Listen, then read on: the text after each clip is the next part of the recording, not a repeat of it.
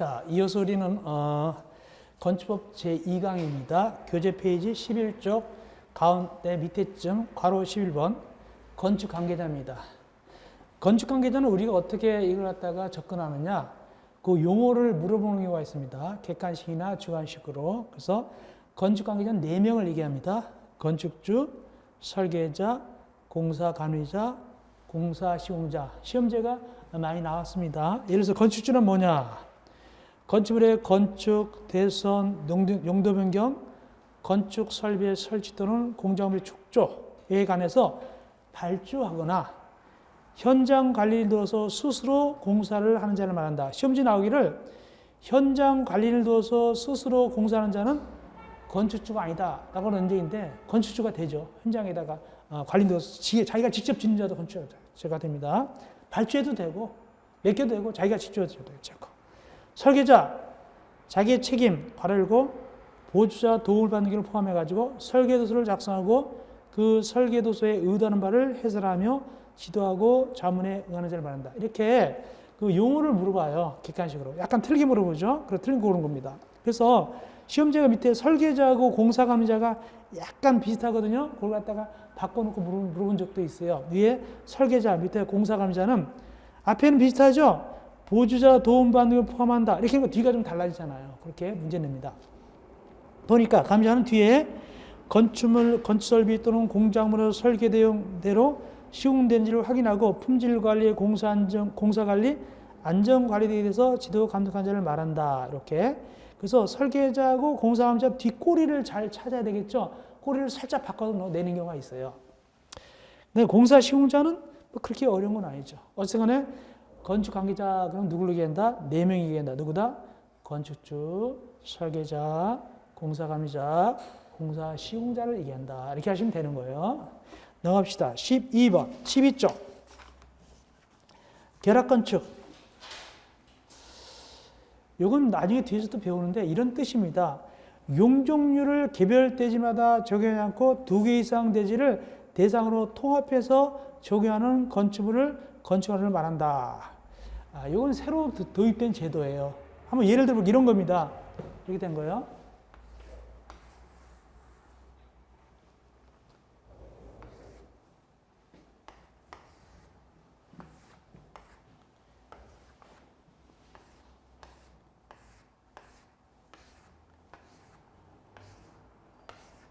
자, 이건 큰 도로고 이건 작은 도로입니다. 이건 작은 도로예요. 작은 도로. 작은 도로고 이건 큰 도로고 아주 큰 도로가 이렇게 있고.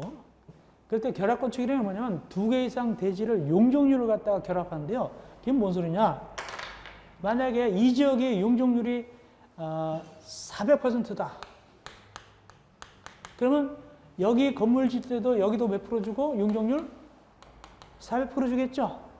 여기도 몇 프로 주고 400% 줄 거 아닙니까? 똑같이 400% 줍니다. 근데 둘이 합치면 몇 프로입니까? 면적이 같다고 보면 똑같은 면적이면 800%가 되겠죠? 그걸 서로 주고받을 수가 있어요. 그래서 만약에 이럴 때는 여기 A하고 B하고 이 땅 주인끼리 협의해가지고 할 때 누가 누구한테 용적률을 빌려가는 게 유리할까요? A하고 B하고 할 때 B가 만약에 600%하고 A가 200%로 잡는 게 좋을까요?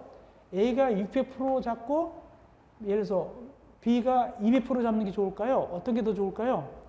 서로 통합해서 한다면, 결합해서 한다면. 어디가 용적률 높은 게 더 좋죠? 여기에 200% 올려주는 게 좋아요? 여기에 200% 올려주는 게 좋아요? 당연히 여기죠. 큰 도로가죠. 그래서 여기가 만약에 600%를 올린다.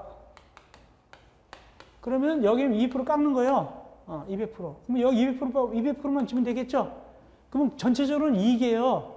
처음보다는 이익이에요. 왜냐면 여기는 땅값이 비싸고 여기는 세를 더 비싸게 세줄 수 있잖아요. 이렇게 한다는 뜻입니다. 그래서 결합해가지고 한다. 용적률을 결합해서 2개 이상 이렇게 하는 걸 갖다가 결합건축이다. 이런 새로운 제도가 도입되어 있어요. 서로 내부적으로 용적률 주고 파는 거예요. 주고 파는 거예요. 연주하시면 되겠고. 다음 2번 건축과 대수선. 건축. 시험제 제일 많이 나오죠. 거의 해마다 나오죠. 건축은 왜 해마다 거의 나오냐? 건축법이니까 건축을 알아야 될 거 아닙니까? 그래서 건축은 해마다 거의 나온다. 해마다. 근데 그 옆에 뭐가 있어요? 대수선. 건축과 대선은 별개 개념입니다. 건축은 건축이요, 대선은 대선입니다. 건축 속에 대선이 들어가는 게 아닙니다. 건축은 모두 몇 가지가 있느냐? 모두 거기 5가지가 있습니다. 신축, 중축, 개축, 재축, 이전 이렇게 5가지가 있습니다. 그리고 대선은 별도입니다. 별도로 대선 밑에 들어갑니다. 그렇게 하셔야 돼요. 그러면 신축이 뭐고 중축이 뭐고 개축이 뭐고 재축이 뭐고 이전이 뭐냐를 갖다가 기본적인 것만 강의해 드리겠습니다. 나중에 기본 강의할 때 또 자세히 또 합니다. 우리 강의가 여기 입문 강의 있고 이론 강의 할 때 입문 강의 있고 기본 강의 있고 두꺼운 그 다음에 심화 강의가 또 있어요. 이론만 3번 해드려요. 3번 해드려요. 그래서 이제 이건 기본적으로 깔아주는 거고 기초 강의 있거든요. 기초 강의, 기본 강의 할 때 이제 책 두꺼운 걸 해주고 그 다음에 심화 강의는 그 중에서 어려운 걸 또 해드립니다. 이렇게 점진적으로 하게 됩니다. 3번을 듣게 됩니다. 중요한 거는 자 신축부터 봐야 되겠습니다. 건축에 있어서 건축은 뭐가 되냐? 신축, 중축, 개축, 재축, 이전 이걸 갖다가 뭐라 한다? 건축이라 부른다. 건축법상. 그런데 여기 건축에는 뭐가 안 들어간다? 대선이 안 들어간다. 대선이 안 들어가요. 대선 별도예요. 그렇게 하셔야 돼요. 그러면 신축은 뭐냐?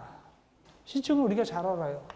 이렇게 땅에다가 맨 땅에다가 나대지에다가 건물을 지으면 뭐가 된다? 신축이 되는 거예요. 건물 지으면 신축입니다. 신축인데 주의하셔야 돼요. 요것도 이건 다 신축인지 알죠? 근데 요것도 신축이다.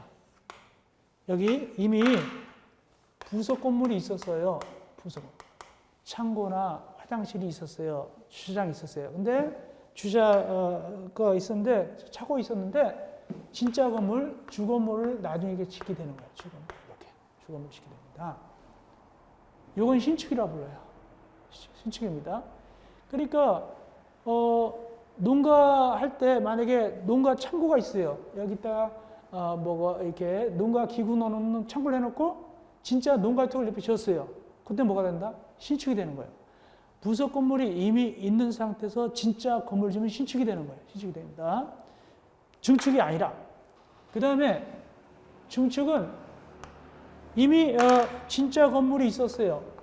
이미 주대 건물이 있었는데 가보니까 그 회사 직원이 그 건물본이 주택 건물에 빌딩이 있었는데 여직원이 늘어나니까 안 되겠다 싶어서 여기다가 여성용 화장실 짓는 거예요. 부속 건물을. 요건 중축이에요. 요건 중축이다. 요거 잘못 그렸네요. 요걸 색깔을 해야 되겠어요. 그래서 주택 건물은 이미 있었는데 나중에 부속 건물 더 추가로 짓는 거예요. 이건 중축입니다. 중축입니다. 이 그림하고 좀 의미가 달라요. 그렇게 구분해야 되죠. 그래서 진짜 건물이 있었는데 나중에 부속 건물 창고나 화장실 더 지었다. 이건 중축입니다. 그 다음에 같은 대지 안에서 이미 주건물 A동이 있었어요. 근데 이 병원이 말이죠. 되게 잘 돼요. 그래가지고 신관을 새로 짓네. 그래서 B동을 새로 짓는 거예요. 주건물. 이것도 중축이라고 불러요. 같은 대지 안에서. 그래서 신관 그러잖아요. 동관가시오, 신관가시오. 이것도 중축입니다. 중축입니다. 같은 대지 안에서 한 동 더 지어도. 그 다음에 가장 일반적인 형태의 중축이 뭐냐? 이건 그림만 보면 알아요. 이렇게 올리거나 옆으로 내거나 이게 중축입니다. 이건 다 알고 있죠. 보통 중축 이런 거 많이 하죠. 이렇게 많이 하죠. 이렇게 많이 하죠. 근데 이것도 중축이다라고 시험 지는 적이 있어요. 중개사 시험에서. 몇 층짜리 건물입니까? 3층짜리 건물이죠. 그런데 건축주가 딱 막았어요. 한 층 더 만들었어요. 졸지에 4층 됐죠. 이것도 중축이라고 얘기합니다. 겉으로는 늘어나지 않았어도 일단 층수가 늘어났죠. 그리고 바닥 면적이 늘어났죠. 바닥 면적이 늘어나면 용적률이 늘어나는 거예요. 그렇기 때문에 이것도 중축이다. 외부적으로 안 늘어나도 내부적으로 늘어나면 중축이 됩니다. 이것도. 중축이고. 그 다음에 개축, 재축은 어떻게 하냐? 개축은 인간의 의지에 의해서 스스로 철거하고 종전 범위 내에서 지금은 개축이에요. 이게 뭔 소리야? 만약에 이제 비가 막 새는 거예요. 그래서 이제 아들한테 얘기가, 야, 비가 샌다야. 그러니까 아들이 돈을 보내줬어요. 그래서 철거하고 새로 지었어요. 이게 뭐다? 개축이다. 스스로 철거하고 짓는 거야. 이게 개축입니다. 근데 주의할 것은 종전 범위를 쳐야 돼요. 만약에 2층이었는데 3층 져버리면 안 돼요. 2층이면 2층짜리 지어야 되지 3층을 져버리면은 그때는 개축이 아니라 뭐라고 하냐. 이게 범위가 오버되면. 이거 중요합니다. 이게 제일 나와요. 범위가 초과되면 뭐가 되냐? 여러분 생각에 뭐가 될 것 같아요? 범위가 초과되게 져버렸다. 돈이 많이 주니까 20짜리 부셔버리고 3층 졌다. 뭐가 될 것 같아요? 신축으로 시험제 나옵니다. 잘 나옵니다. 신축으로 봅니다. 증축이 아니라 신축으로 봅니다. 신축으로. 종전 건물을 철거하고 더 크게 되면 신축입니다.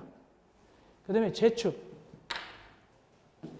이건 인간의 의지에서 한 거지만 이건 자연재해. 자연재해로 멸실되었을 때 이것도 원칙적으로 종전 범위 내입니다. 종전 범위. 그다음에 범위 초과는 어떻게 되냐? 이거 합시다. 그게 뭔 소리냐? 그러니까 강원도에서 눈사태가 나가지고 산사태가 나가지고 펜션이 무너져 버렸어요. 그럼 다시 해야 될 거 아닙니까?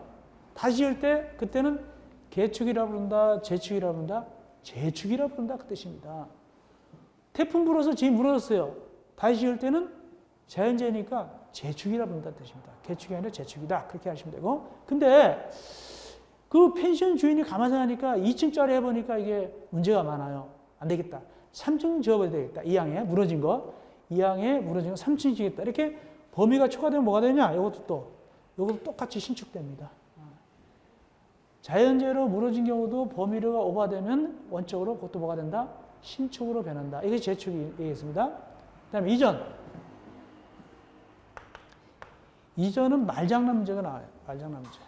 그 교재를 보면 돼요. 보면서 얘기하겠습니다. 이전, 말장난 문제. 이전 뭐라고 얘기하냐? 건축물의 주요 거를 저부를 해체하지 아니하고. 아까 주요 구조 몇 개 있었죠? 6개 있었죠? 바지 보내주기를 해체하지 아니하고. 그러면 이 건물의 골격이 그대로 있어요. 이렇게 있는 상태에서 이렇게 골격은 있고 그대 뼈대가 있는 상태에서 그다음 뒤에 두 번째 이전 그러면 다른 데로 갈 것 같잖아요. 아니에요. 같은 대지예요. 다른 대지가 아니라 같은 대지예요. 그래서 뭐 어떻게 된 거야 그럼? 그럼 이전이 뭐냐? 이렇게 이제 건물이 있으면 부속 같은 거 다 털어내도 괜찮으면 골격은 늘 유지하고 같은 대지에서 이렇게 옮기는 게 이전이에요. 위치만 옮겨요. 위치만. 다른 데로 가는 게 아니라 그냥 여기서 위치만 이렇게 옮기는 게 이전이에요. 그 시험지 뭐가 나오냐? 거기 함정 문제로 이렇게 나와요. 건축물의 주요 구조물을 해체하고. 틀렸죠? 해체하고 아니하고죠. 두 번째, 같은 대지잖아요. 살짝 다른 대지 이렇게 다른 대지. 같은 대지죠. 다른 대지 가는 게 아니에요. 그렇게 하는 걸 뭐한다? 위치 옮기는 걸 뭐라 한다? 이전이라 본다. 그러면 실제 일상생활에서 이전이 있겠느냐? 본문도 계세요. 본문도 이전이. 텔레비 같은 데서 보기도 하고. 근데 이런 시멘트 건물을 이전하기가 힘들어요. 콘크리트는. 목조 건물 같은 거 있죠? 목조 밀어가지고 이렇게 움직이기도 하고 이렇게 합니다. 해가지고 옮기는 경우가 있어요. 건물 자체 이렇게 해가지고. 이게 이전입니다. 그 대신 아예 거기서 철거하고 다른 데다가 짓는 건 뭐라 하냐? 이전이라 부르지 않고 이 건축법상 용어는 아닌데 이축이라 그래. 이축. 그런데 건축법 용어는 아닌데. 예를 들어서 이런 거 이렇게 주는 경우가 있어요. 이축권이라고 그린벨트 내에서 그린벨트 내에서 개발되는 바람에 그 집 있던 거 있잖아요. 그걸 철거해버린단 말이죠. 그러면 그 대신 다른 데다 지키게 해주거든요. 어쨌든 이전이라는 것은 말자는 문제 해체하지 아니하고 같은 대지다. 여기까지가 건축 개념이고 해마다 거의 나옵니다. 그다음 대선. 대선은 건축까지는 안 되지만 많이 고치는 거예요. 일반 수선이 아니라 많이 고쳐요. 근데 건축은 아니에요. 건축은 못 미치지만 되게 많이 고친 걸 대선이라 부른다. 그리고 대선은 건축이 아니다. 읽어볼까요? 건축물의 기둥, 보호, 내리벽, 주기단 등의 구조나 외벽들을 수선, 변경이나 증설하는 것을 써서 대통령령으로 정하는 것을 말한다. 다만 증축, 개축, 재축은 아니다. 즉 건축은 아니다 그 뜻입니다. 좀 미달되죠. 그럼 시험지에 제일 많이 나온 건 뭐가 많이 나왔냐? 모두 8가지가 있는데 1번이 제일 많이 나왔어요. 1번이 뭐가 많이 나왔냐? 1번 끝에 보면은 그 벽 면적을 몇 제곱미터? 30제곱미터 이상 수선 변경 30제곱미터 이거 많이 나왔어요. 근데 주의할 것은 그거 함정 문제 주의하셔야 돼요. 중개사에서 함정 문제 나왔어요. 그냥 벽 면적 하면 안 돼요. 그냥 벽 면적이 30제곱미터 이상이 아니라 그 벽 면적. 그가 뭔데? 앞에 내력벽입니다. 그래서 결국에는 내력벽 벽 면적을 30제곱미터 이상 수선 변경 그래야지 그냥 일반 벽 면적 아닙니다. 내력벽 벽 면적을 30제곱미터 이상 수선 변경하면 대선이다. 그 다음에 나머지 중에서 또 뭐가 중요하냐니까 거기 7번 봅시다.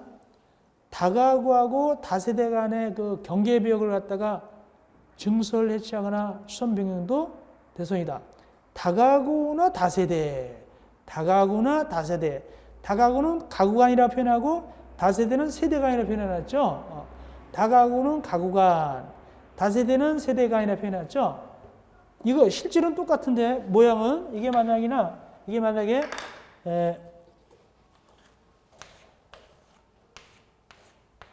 이게 다가구나 다세대인데 요거 할 때는 요걸 이제 수선이나 변경이나 뭐 하는 거 여기 보니까 증설 해체할 때 경계벽 여기 302호하고 302호의 경계벽을 갖다가 수선 변경 증설 해체하는데 이 경우에 있어서 이게 다가구다 그러면 이걸 가구간이라 표현하고 다세대다 그러면 세대간이라 표현하는 거예요. 이렇게 표현한 겁니다. 그러면 여기서 약간 뭐 법적인 얘기 좀 해봅시다. 어차피 다 여러분들이 알고 있어야 되는 거니까. 그래도 일반적으로 알 건 알아야 되니까 합시다. 다가구 주택하고 다세대 주택. 너무 쉬운 얘기지만 그래도 우리가 꼭 기본적으로 알고 있어요. 다가구는 소위 말해서 단독택이잖아요. 그죠? 단독택. 요건 뭐고? 공동택이죠. 그래서 이게 만약에 다가구다 그러면 소유권이 이 전체가 9집이 살지만 소유권이 몇 개다? 하나죠, 하나. 소유권이 하나입니다. 여기 201호, 101호 하더라도 소유권이 하나가 되겠죠? 하나가 됩니다. 다가구라면. 다세대다 그러면 요거 소유권이 몇 개 들어있는 겁니까? 9개 들어있는 것이죠? 그게 되죠. 만약에 다가구다 그러면 다가구 주인이 보통 하나니까 A라는 사람이 은행에서 돈 3억 원을 빌렸다 그러면 3억 원 빌린 거는 만약에 9억 원 빌렸다 칩시다. 은행에서 A가 각 가구별로 1억씩 이렇게 빚이 되는 것이 아니라 1억씩 따로따로 빚이 되는 것이 아니라 전체의 9억 원이 다 미쳐버리죠. 여기 다 미쳐버립니다. 다세대 같은 경우는 따로따로 구분해서 융자를 받는 것이고 그렇게 되죠. 어떤 다가구는 단독택이고 이거는 소유자가 보통 한 명이고 다세대는 집중이 다 다르죠. 세대마다 다르죠. 이렇게 되죠. 경매가 된다면은 다세대는 따로따로 경매되니까 좀 안심해도 돼요. 근데 다가구 경우는 경매가 나오면 9사람이 쫓겨나죠. 한꺼번에 왕창 쫓겨나게 되죠. 다가구가. 그래서 그렇게 됩니다. 자, 어쨌간에 다가구 다세대는 이 경계벽 같은 걸 갖다가 증설해체 수선변경할 때 대선인데 제기하고는 뭐냐면 반면에 연립주택,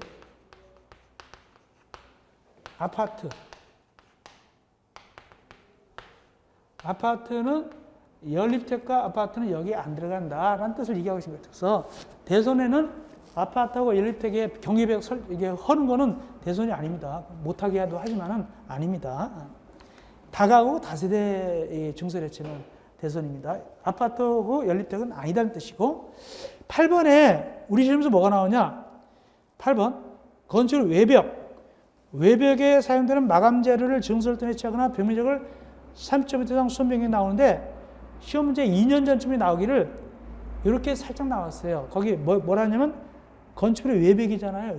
외벽인데 살짝 뭐라고 치냐면 다음 점 튼 거 올라봐라 하는 걸 외벽을 내부라고 해요. 내부 이렇게 내부라고 아니죠? 그렇게 시험적 그렇게 나와요. 내부 아니죠. 외벽이죠. 그런 식으로 내부가 아니라 외벽이죠. 건축물의 내부가 아니라 외벽에 사용되는 마감재 이렇게 나갑니다. 그렇게 하면 되겠네요. 나머지는 이제 제가 기초 강의할 때, 기본 강의하고 또 심화할 때 자세히 해드려요. 일단은 기본을 이렇게 깔고. 다음 2번 면적, 높이 등의 산정 방법 1. 면적의 산정 방법 1. 건축면적 외벽의 중위선으로 둘러싸인 부분에 수평, 투영 면적을 한다. 예는 있어요.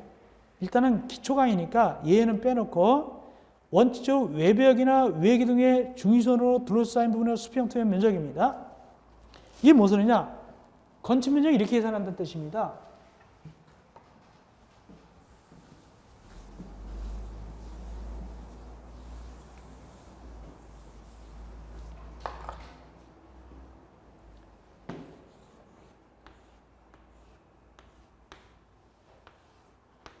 이거 인면도고, 자, 평면도 그려봅시다. 평면도 보면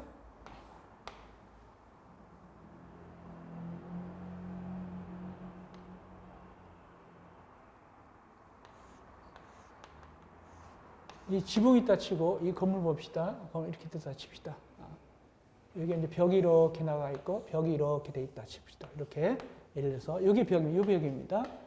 이럴 때 건축 면적을 계산할 때는 이거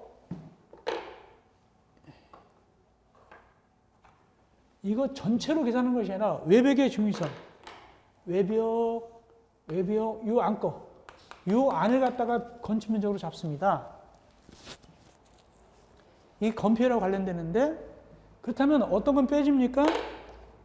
요 밖에 건 빼주게 되겠죠. 왜 그래야 되냐면 벽이 두꺼운데 몽땅 잡으면 너무 억울하잖아. 이거 쓰지도 않아. 실제로는 이 안에만 쓰잖아요. 근데 벽이 두꺼운데 다 잡아보면 너무 억울하죠. 이래서 극단적인 예지만은 건물을 지을 때 너무너무 추운 지방이라서 벽을 이렇게 만들었어요. 이렇게. 벽이 이렇게 두꺼워요. 그럼 여기서 사람이 사는데 이걸 갖다가 건축면적 잡으면 실제로 이거밖에 안 쓰는데 너무 억울하죠. 그래서 어떻게 하느냐. 중심선, 딱 사이좋게 가운데 중심선 안쪽으로 건축면적으로 잡습니다. 그래서 외벽에, 외기둥에, 이게 벽이면 벽, 기둥에서 외자가 들어갑니다. 외벽이나 외기둥의 중심선 안쪽, 여기 바로 건축면적으로 계산한다. 근데 수평 투영 면적은 뭐냐? 수평 투영 면적은 거기 평평한 걸로 계산한다. 평평한 걸로 계산해서 합니다. 위에서 평면도 보면 이렇게 됩니다. 이게 외벽이면, 여기가 외벽이고, 이렇게 지붕이면 어떻게 계산하냐?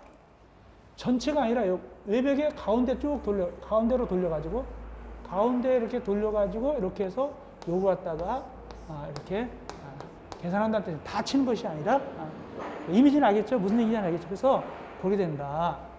이걸 다 치면, 여기까지 치면 억울하니까. 이것이 원칙으로 건축 면적은 이렇게 계산합니다. 물론 예외가 있습니다. 이렇게 계산하는 게 원칙이다. 그리고 건축 면적은 뭐하고 연결되느냐? 건폐율과 연결된다. 건폐율하고 연결된다. 밑에 건폐율. 그렇다면, 만약에 여기 대지가 있어요. 대지가 있는데 위에서 내려다본 것이 건축 면적이거든요. 대강 얘기해서 이게 건축 면적 아니겠습니까? 대강 얘기해서 이게 건축 면적이죠.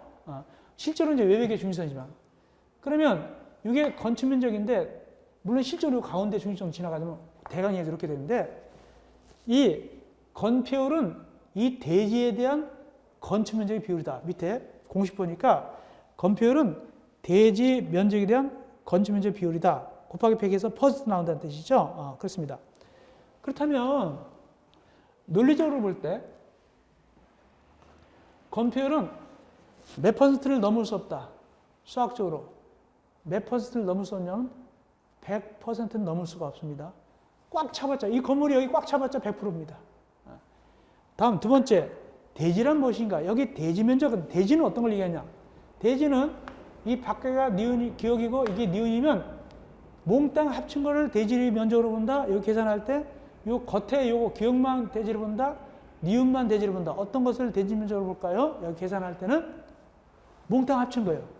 몽땅 합친 것 중에서 요 니은이 바로 건축 면적이다. 건폐율이다.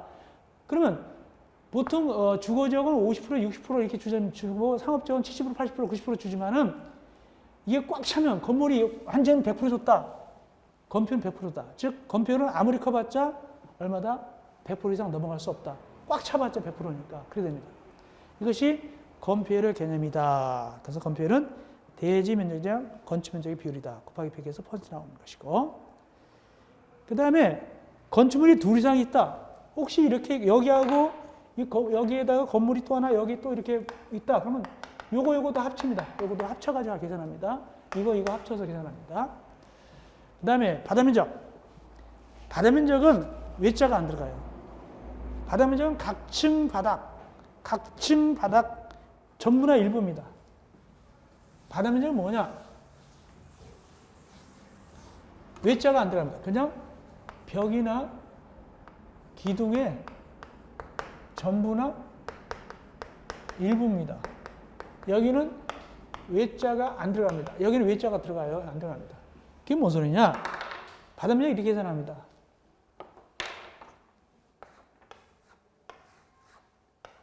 자, 2층으로 되어 있죠? 2층 건물입니다. 이때 벽 기둥의 중위선, 벽 기둥의 전부 일부인데 이것도 중위선입니다. 똑같이. 그래서 2층 바다면적은 어떻게 계산하느냐? 여기 벽이 있죠? 벽이 있으면 중위선 안쪽. 여기 중위선, 여기 중위선. 이게 바로 뭐다? 2층 바다면적이 되는 거예요. 이만큼이. 이것도 가운데만 쳐줘요. 그 다음에 1층 바다면적. 지금 여기 각층이니까 이건 전부는 여기 2층 전부합니다. 이거는 2층 전부를 예를 들어서 이렇게 한 것이고, 1층 전부는 어떻게 하냐? 1층 전부는 여기 벽, 여기 벽, 그 다음에 중위선, 여기 중위선, 외자만 안 써. 그냥 벽이나 중위선 해가지고 이게 바로 뭐다? 1층 전부의 바다면적이에요. 근데 일부도 한다면 일부는 어떻게 계산하냐? 예를 들어서 만약에 여기 이제 여기가 이렇게 나눠가지고 여기 101호다, 102호다 이렇게 일부가 될 수 있어요. 그래서 1층에서 101호의 일부, 101호 바다면적 얼마냐 할 때는 역시 똑같이 여기 벽의 중위선, 여기도 벽의 중위선 안쪽, 이게 바로 어떻게 된다? 이것이 바다면적이 되는 것이란 말이죠. 이렇게 되는 겁니다. 이렇게 갖다가 바다면적을 얘기한다. 그래서 건축물의 각층 또는 그 일부로서 벽, 기둥, 그 밖에 이하 비슷한 구역의 중위선을 둘러싸인 수평 면적이 바다면적입니다. 넘어가서 연면적 14쪽 연면적. 연면적 이겁니다.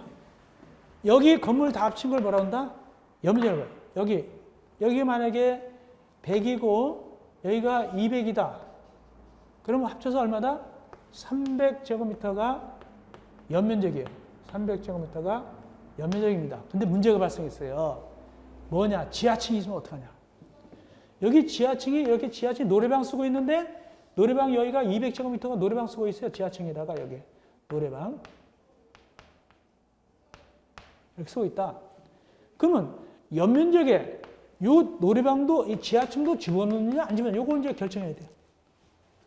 연면적 계산할 때 지하층 바다면적도 들어간다 안 들어간다? 들어간다. 그렇다면 이 건물의 연면적은 플러스 200 해가지고 얼마다? 500제곱미터가 되는 거예요. 500제곱미터 이렇게 계산합니다. 그래서 연면적이라는 것은 전체 바다면적 다 합친 거다. 지하층도 들어갑니다. 일단 다 들어간다. 들어가고 다 들어갑니다. 올라가 봅시다. 연면적 원칙 14조에 하나의 건축물 각 층의 바다면적의 합계를 말한다. 다 합친 거예요. 근데 주의하셔야 돼요. 예외입니다. 용적률 계산할 때 미안하지만 뺀다. 용적률 계산할 때는 뺀다. 예외. 즉 여기 용적률 계산할 때는 원래 연면적은 지금 얼마가 됐습니까? 모두 여기 연면적이 모두 얼마였다? 이 경우 이 건물의 연면적은 500이었죠.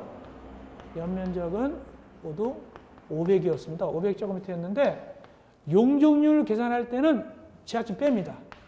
그러면 얼마로 계산한다? 300으로 계산합니다. 300으로 계산합니다. 빼는 거. 그래서 거기 기업 지하층 빼준다. 지상층 주차장 면적도 빼준다. 빼줍니다. 세 번째, 고층 건축물, 초고층 건축물, 준초 건축물, 피난 안전구역도 빼준다. 리얼에 경사지붕 아래에 있는 대피공간 면적도 빼준다. 라고 되어 있죠. 자, 요거 이제 묘미가 있는데, 빼준다는 것은 건축주 입장에서는 좋을까요? 나쁠까요? 용적률에서 빼준다. 건축주 입장에서 좋다, 나쁘다? 확률이 50%인데. 어떻게 얘기한다? 매우 좋다라고 얘기됩니다. 좋다. 왜 그러냐? 이렇게 되는 겁니다. 자, 보세요. 여러분이 만약에 대지 소유자잖아요. 대지 소유자다. 땅 갖고 있어요. 건물 지은단 말이죠. 여기다 건물 지을 때 이렇게 건물 지어요. 만약에 여기가 용적률이 200%다 하는데 여기서 200%다 찾아먹었어요. 다 찾아먹었어요. 근데 밑에 지하층은 용적률 들어간다 안 들어간다? 안 들어가잖아요. 마음대로 쓸 수 있어요. 이만큼 이렇게 해가지고 이건 용적률 안 잡히니까 이건 공짜로 쓰는 거예요. 공짜로 이거 이렇게 쓰는 거예요. 이렇게 쓰는 겁니다. 여기만 잡히니까 지하층은 마찬가지로 안 잡히는 것도 그 나머지 3개 더 있죠. 지상층 주차장 면적. 예를 들어서 백화점 같은데 층수가 안 높은데 여기 1층, 2층을 주차장으로 쓰는 경우도 있잖아요. 지상으로도 있는 경우도 있어요. 지하도 있지만. 이런 건 빼줘야 될 거 아닙니까? 장사 안 하니까. 이런 거 빼줍니다. 용적률 빼줍니다. 또 그 3번에 초고층 건축물 준초고층 건축물의 피난 안전구역. 이게 뭐냐면은 동그라미 디귿입니다. 초고층 아주 높은 건물이잖아요. 높은 건물. 이럴 때 이게 피난 안전구역이에요.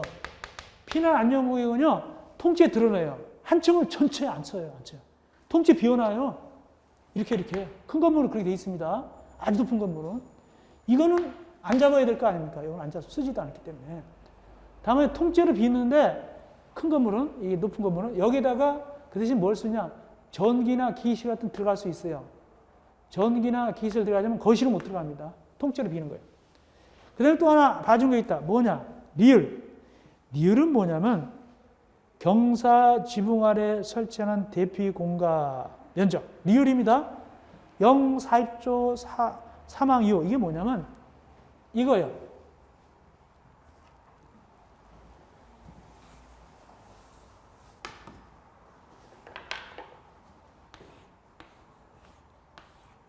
이게 11층 이상일 때. 11층 이상이고 이게 1만 제곱미터 이상일 때.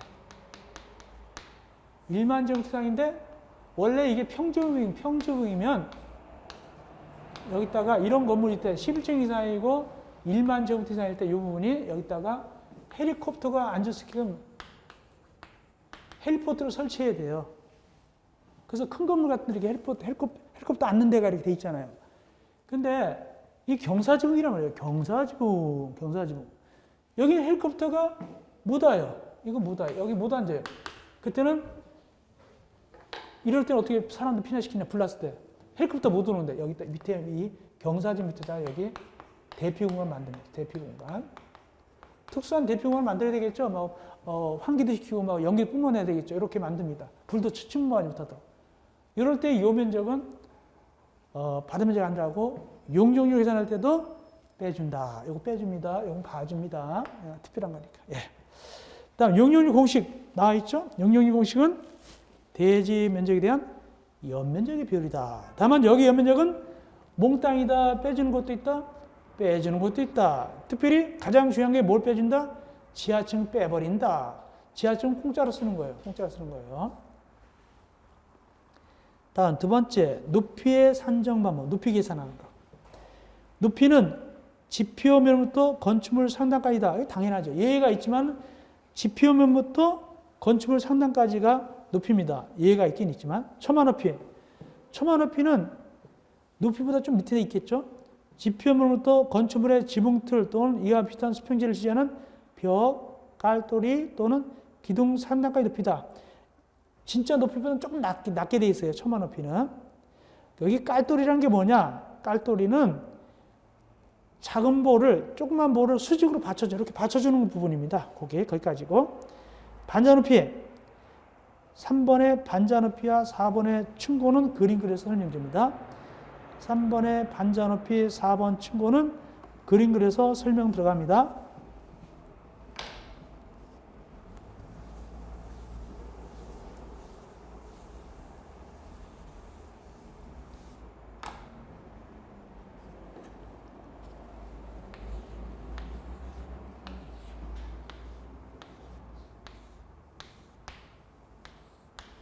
이럴 때 이 건물은 1층, 2층, 3층입니다. 먼저 반자 높이. 반자 높이는 바닥으로부터 지금 여기 콘크리트 친 겁니다. 여기 우리가 콘크리트 쳤다고 그러죠. 콘크리트 쳤다고 그러죠. 이렇게 콘크리트 쳤습니다.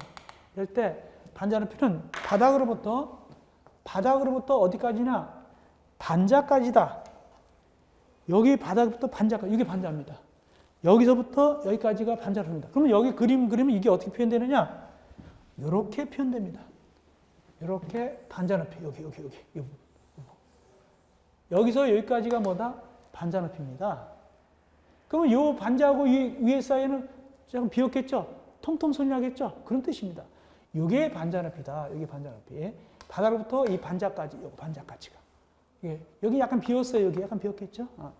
여기 전기선 같은 거 지나고 막 그러겠죠.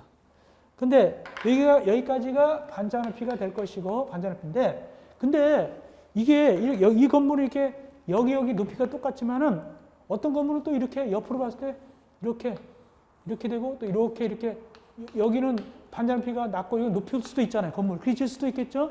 영화 같은데, 극장 같은데. 이렇게 될 수 있잖아요. 그렇다면 이 반자 높이를 어떻게 하냐? 그냥 평균 내는 것이 아니라, 거기 무슨 평균이라 그랬어요? 그냥 평균이 아니라 각 부분의 반자 면적에 따라서 가중 평균한다 라고 표현돼요.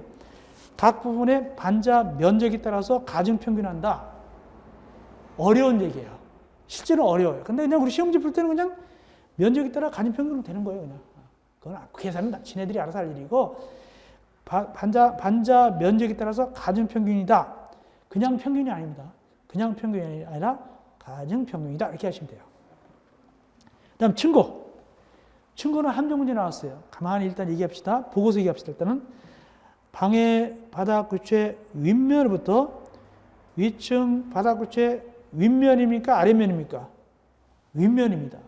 윗면에서 윗면입니다. 윗면에서 아랫면이 아닙니다. 방의 바닥 구체 윗면부터 위층 바닥 구체 아랫면까지 그러면 아주 그럴듯하잖아요. 근데 그게 아니라는 거예요. 윗면에서 윗면까지가 층고예요. 층높이에요. 층고란 층높이인데 그림 들어갑니다. 요겁니다. 층높이. 방의 바닥 구체 윗면 아랫면, 윗면으로부터 위층, 위층에서 윗면 아랫면, 윗면까지, 윗면에서 윗면까지. 요거 방의 바닥 구체 윗면부터 위층에 있는 윗면까지. 요게 층고입니다. 윗면에서 윗면. 윗면에서 윗면입니다. 이것도 똑같이 높이가 다르면 어떻게 한다? 똑같아요. 높이가 다르면 어떻게 계산한다? 각 부분 높이에 따른 면적에 따라서 가중평균한다. 가중평균한다. 그렇게만 하시면 돼요. 실제로 계산은 어렵지만. 그렇다면 결론을 내면 가장 눈에 띄는 건 뭐냐? 반자 높이가 높아요? 층고가 높아요? 반자 높이가 높아요? 층고가 더 높죠? 당연하죠. 그렇게 하시면 돼요. 올라가서 6번 층수, 5번 층수. 실제로 시험지에 제일 잘 나오는 층수입니다. 층수가 제일 잘 나옵니다. 아주 중요합니다. 기본물자한테도 잘 나오고. 첫째, 층수는 지상층만 계산한다. 지상층만 계산합니다. 그렇다면 이 건물을 얘기할 때, 건축법상 층수 얘기할 때 이걸 갖다가 지상 2층, 지하 1층 그렇게 얘기하는 게 아니에요. 그냥 몇 층이라고 얘기한다. 그냥 2층 그러는 거예요. 2층, 건축법상 2층을 얘기합니다. 다만 중개업자가 중개 대상을 설명할 때는 당연히 지상 2층, 지하 1층, 지하 1층 노래방인데 아주 잘 된다 이렇게 설명하겠지만은 그러나 건축법상은 지하층 층수 가지고 그냥 치지 않고 몇 층이라고 부른다? 2층 이렇게 불러요. 지하층은 층수에 안 들어간다. 잘 나와요. 안 들어갑니다. 요것만 들어갑니다. 2층입니다. 그거 잘 나오고 두 번째 층의 구분이 불명확할 때는 층의 구분이 명확하지 않아요. 몇 층인지 모르겠어요. 그때 몇 미터마다 하나 층으로 계산한다? 4미터마다. 4미터마다.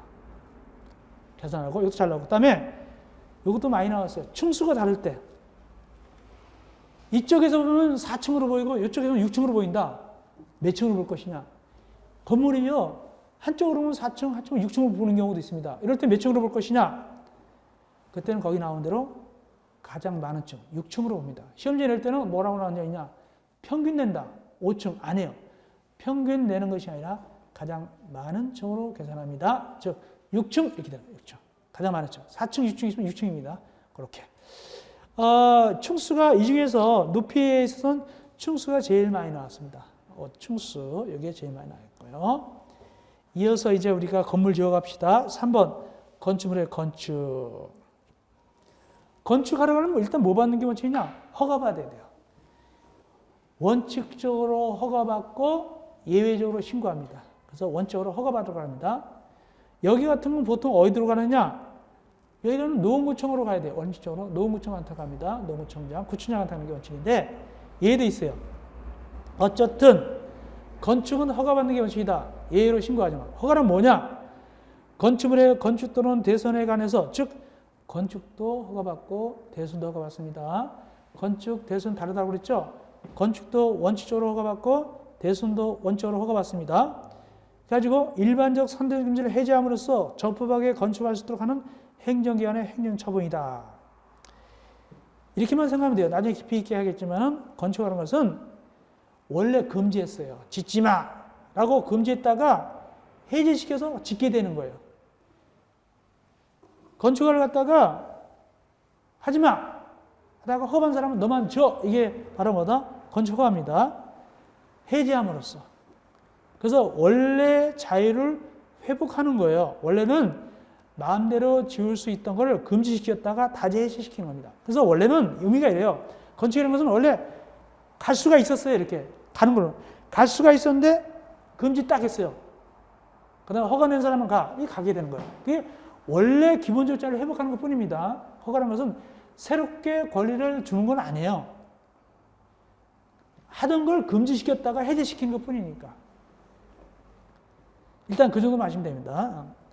내려가서 중요한 건 허가권자가 중요합니다. 누구한테 허가받느냐? 허가받으러 간단 말이죠. 특별자치시장, 특별자치도의사, 시장, 군수, 구청장. 앞으로 얘네들 이 5친구가 시험지 건축법은 되게 많이 나와요. 거의 다 얘네들이 나와요. 그래서 특별자치시장, 특별자치도의사, 시장, 군수, 구청장을 일명 뭐라고 제가 강의할 때만 얘기하냐? 그분들 그리겠습니다. 그분들. 강의할 때만. 그래서 앞으로 그분들 그러면 특별자치시장, 특별자치도의사, 시장, 군수, 구청장이구나. 이렇게 하시면 돼요. 왜냐? 건축법은 80, 90%가 다 그분들이에요. 그래서 누가 합니까? 라고 물어봤을 때 잘 모르면 그분들 그러면 8, 90%가 맞아요. 그냥 맞습니다. 거의 다 8, 90%가 그분들이니까. 허가를 누가 원칙으로 내줍니까? 그분들 그러면 되는 거예요. 원칙. 그분들이 되는데 혹시 높아지면서 그래도 첫 시간이니까 약간 설명드릴게요. 특별자치시장은 누구냐? 특별자치시장은 세종시만 얘기합니다. 세종시만 얘기하고 특별자치도의사는 누구냐? 제주도 얘기합니다. 제주도. 세종시, 그 다음에 제주도. 나머지 시장, 군수청장. 구청장은 여기 노원구청장 이런 걸 얘기하죠. 시장은 수원시장 이런 식으로 얘기하고 군수는 무슨 가평군수 이렇게 얘기하고 냈습니다. 근데 예외적으로 누가 낼 수 있냐? 예외적으로 특별시장, 광역시장이 내주는 경우도 있다. 여기 특별시장은 서울특별시밖에 없어요. 서울특별시. 광역시는 되게 많죠. 부산광역시, 인천광역시, 대전광역시, 광주광역시 근데 재밌는 게 뭐냐면 울산도 광역시잖아요. 그죠? 울산도 광역시죠? 조그만 데도 광역시예요. 거기 또. 울산 광역시. 근데 중요한 것은 이거는 특별시장, 광역시장이 나오는 건 큰 건물 질 때. 얼마나 큰 건물 지을 때 특별시장, 광역시장이 직접 내줘버리냐? 21층 이상 지을 때. 시험제 나왔어요, 이거. 21층. 또는 연면적기가 10만 제곱미터 이상 지을 때. 연면적기가 10만 제곱미터 이상 지을 때. 다만 연면적 10분의 3 이상 증축해가지고 하다 보니까 21층 이상 또는 10만 이상 될 때도 역시 특별시장, 광역시장이 내주는 거예요. 그러나 디귿. 얘네들은 특별시장, 광역시장 안 내줘도 괜찮아요. 21층 이상 10만 이상이 하더라도 뭐냐? 공장, 창고. 이건 그냥 누가 내준다? 원칙 그분들이 내주면 돼요. 공장, 창고 아무리 커도. 지방건축의 심의건축물도 거친 건축물도 원칙으로 그분들이 내주면 돼요. 근데 괄호열고 초고층 건축물. 요거는 특별시장, 광역시장이 내줘요. 초고층 건축물. 요거 괄호는 제외한다. 이건 그분들이 안 내주고 공장, 창고 다 예외인데 얘는 예외한다. 초고층 건물은 요건 예외가 안 돼요. 요건 특별시장, 광역시장이 내줘야 되는 거예요. 설명 들어갑니다. 그럼 이렇게 되는 거예요. 한번 여쭤봅시다. 노원역 앞에 16층짜리 건물을 줘요. 16층짜리 건물을 준다. 누구한테 허가받으러 갈까요? 노원구청장입니다. 근데 지금 창동에 짓다가 말았던가? 거기 창동에서 그 효성이가 어디서 그 민자역사 짓다 말았죠? 만약에 거기다 연면적이 12만 제곱미터짜리 민자역사를 짓는다. 창동역에다가. 그때는 누구한테 허가받으러 갈까요? 노원구청장 아니에요. 서울특별시장한테. 특별시니까. 서울특별시장한테 받으러 간다. 그 뜻입니다. 그 다음에 하나만 더. 지방건축 심의를 거친 건축물이지만은 63빌딩 말고 저쪽에 롯데월드 2 예를 들어서 102층이라 부릅시다. 지하층 가지고 더 110 몇 층 되는 것 같은데 102층이라 부릅시다. 이 102층 건물은 지방건축의 심의를 거쳤다 하더라도 거기 송파구가 안 올 때요. 송파구청장이 내줄까요? 아니면 서울특별시장이 내줄까요? 서울특별시장이다. 초고층 건축은 제외하니까. 그분들이 아니고 직접 내줍니다. 그래서 결국에는 거기 롯데월드2는 서울특별시 관할이에요. 서울특별시장이 내준 거예요. 그래서 거기서 나중에 사용 승인도 받고 임시 사용 승인도 받았죠. 밑에 미리 쓰는 거. 이렇게 되는 겁니다. 결론. 원칙적으로 누가 허가 내준다? 그분들이 내준다. 예적으로 큰 건물은 누가 내준다? 특별시장, 광역시장이 내준다. 얼마나 크길래? 20층 이상 또는 연면적 10만 정도 이상일 때, 그 안에 지을 때.